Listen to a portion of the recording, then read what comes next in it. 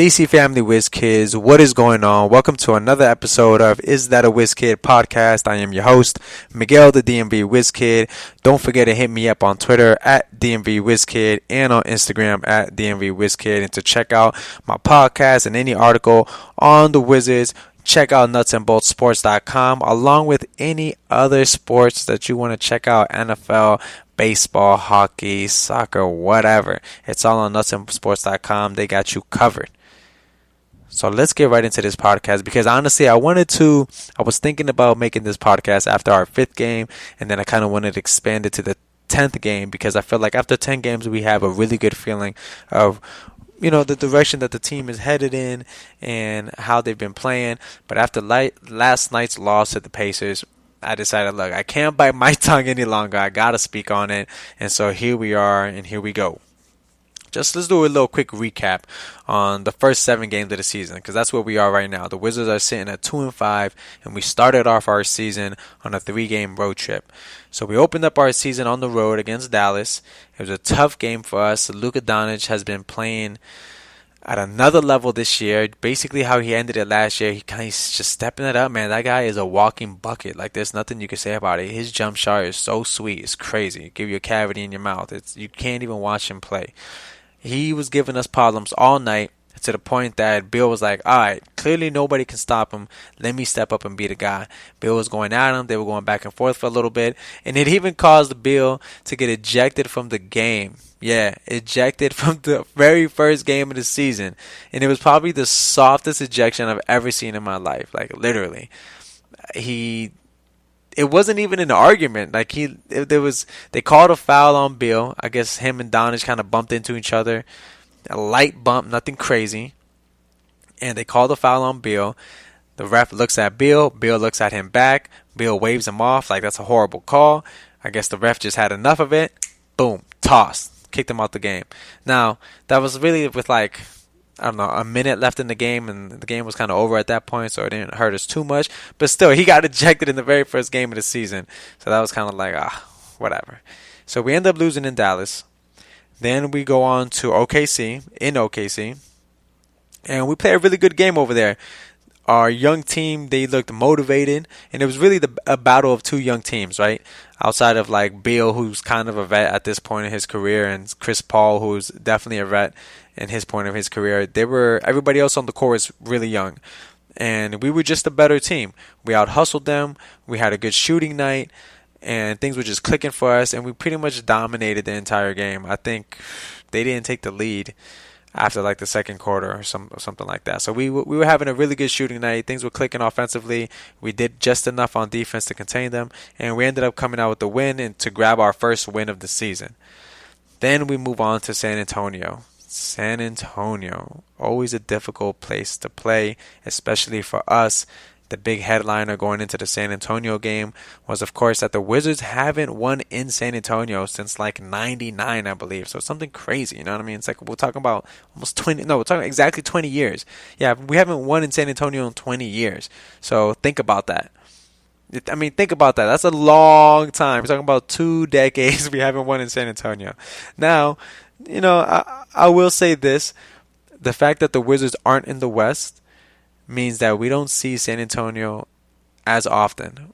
I believe we only play them 2 times a year, one in San Antonio and one at home. And so we don't see them a lot. But, those years kind of start to add up quickly. And next thing you know, here we are 20 years later, and we still haven't won a game in San Antonio. And so that was the big story going into San Antonio. And look, Coach Pop, he just knows how to get the best out of his players. You can ask anybody in the NBA. It's always a tough game when you go to San Antonio to play against the Spurs. They always put up a good game. It seemed like DeMar DeRozan was having himself a decent game. He got in a good rhythm. And you know what? Given the fact that we were playing the Spurs and, all their history and good coaching and all of that, the Wizards still played a really good game. We stayed aggressive. Isaiah Thomas made his return. That was his first game back from injury. He had a good game coming off the bench. He finished with 16. And we're going to touch a little bit on Isaiah Thomas later on. But, yeah, he had a really good game. And the rest of the team played really good as well. It came all the way down to the last 5 seconds of the game. San Antonio's up by 2. The Wizards got the ball. We get the ball in Bradley Beal's hands, no problem. Here comes the clock. 5, 4, 3, 2, 1. He didn't shoot the three. I thought, honestly, I think I would have preferred for him to just pull up and shoot the three. Miss or make, it is what it is. We live with it. But after the game, he even said that he wanted to shoot the three, but he saw the lane open up. So he doesn't take the three. He drives towards the lane. He goes up for the layup, gets hit, a little bit of contact on the play, no foul on the play. Game ends, and San Antonio comes out with the win. So unfortunate, it was definitely one we could have won. We had it in our hands. We had the ball in our hands in the last seconds to either send the game into overtime or win it on a buzzer beater. Given the fact that this year is a development year, I feel like because there isn't too much focus on the win or loss column, these are the times where you kind of want to practice on just winning the game. Like, let's just go out there and win the game. I understand. I'm not on the court, right? So I can't see what he's seeing. So if he felt like he had a better option to drive and go towards the lane, then that's fine. But personally, I think he should have just pulled up and tried to shoot the three. I feel like he can shoot from like 3 feet behind the 3-point line, 4 feet behind the 4-point line, and I would have been cool with it, to be honest. But he decided to drive. There was contact on the play. He didn't get the call. Roy was actually under the basket when he was driving, and some will argue that maybe he should have passed the ball to Roy and given him like kind of an open layup. But that was a very tight window, and in real life and in real game speed, that window closes really fast, and they collapsed in the paint. San Antonio collapsed in the paint super fast. So I don't know if when he was driving that option is still there. It might have been there when he like initially took that first dribble to go into the paint, but as you get closer, that paint, they collapsed on the paint super fast. So I don't know. You'd have to go back and look at the play, but we end up losing in San Antonio by 2.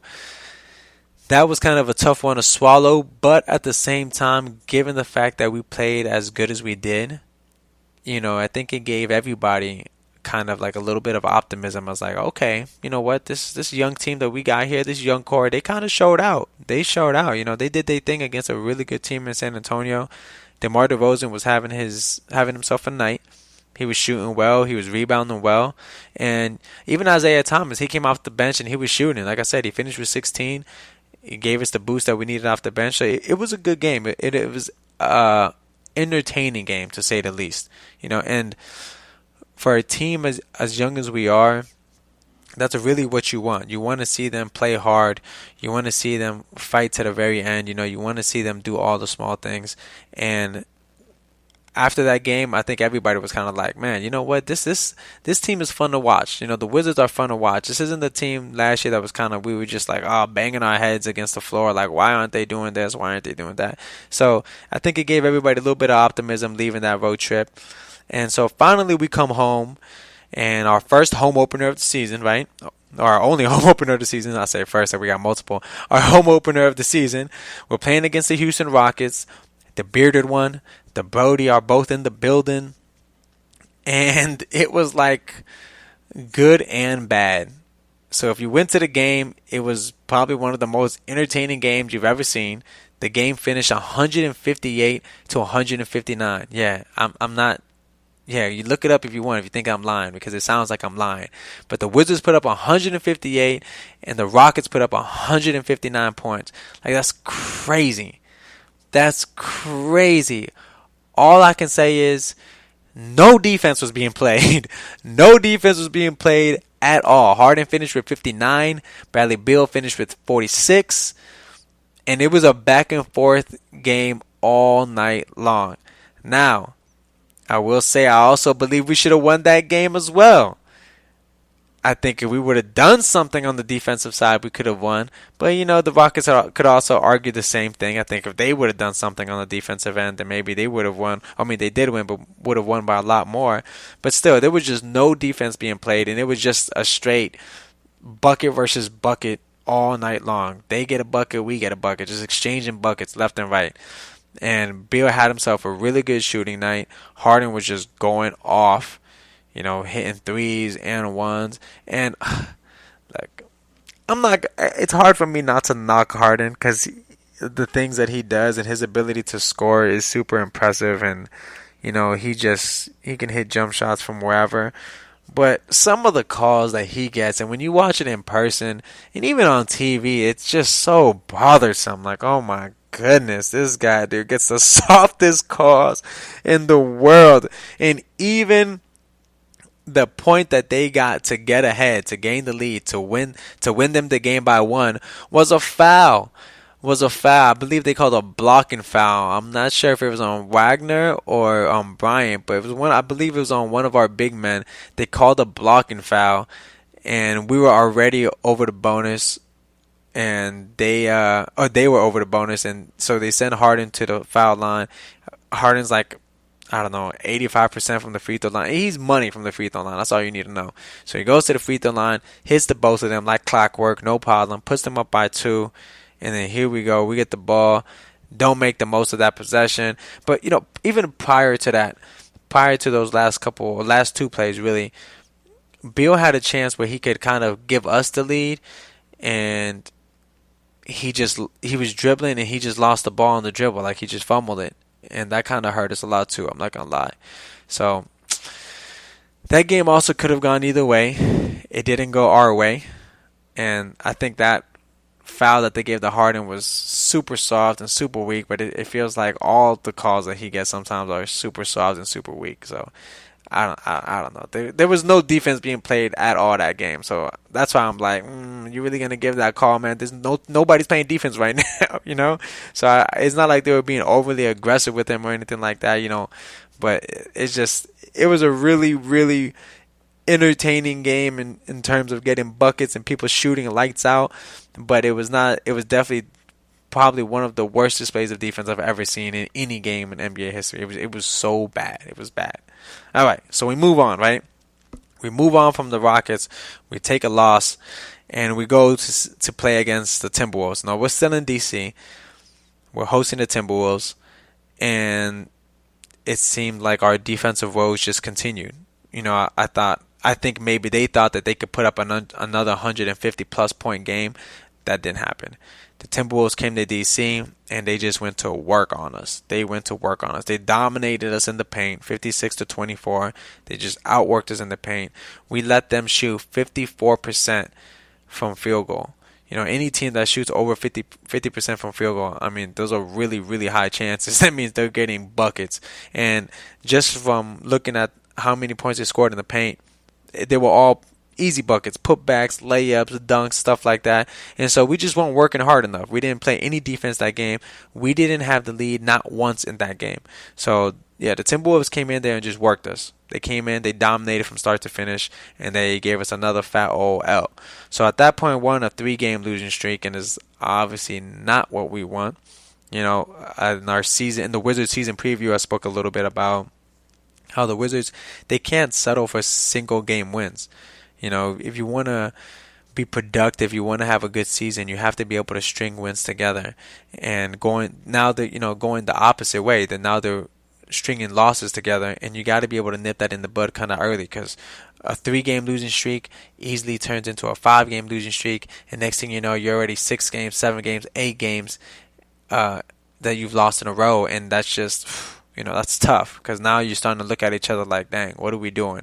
And you're looking at each other in the locker room, and even the coach is kind of scratching his head like, man, I got to make adjustments. But I'm sure at that point he's already made adjustments, and now you're really wondering, all right, well, what else is there that I need to do, right?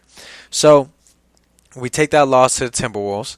So we start off that, let me see, 1, 2, 3, 4, 5. We start off the season 1-4, the first 5 games, and now we move on to Detroit.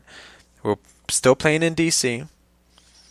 We're hosting a Detroit Pistons team that's a little bit depleted because no Derrick Rose, no Blake Griffin, no Reggie Jackson. So the perfect opportunity, right, for us to be able to take advantage of them and contain Drummond, which was extremely and super necessary. You got to contain a guy like that. He is too big. I mean, he is too big. That boy is huge. Not just in size, but in weight and in muscle and everything in terms of just being big. He is that. And he plays big. He's not like some of these other guys that are flying back and forth and, trying to step out to the 3-point line and, be a stretch 5. No, this is a big boy who bangs in the paint and will eat up all the boards if you let him. Now, with that being said, I think the one thing that really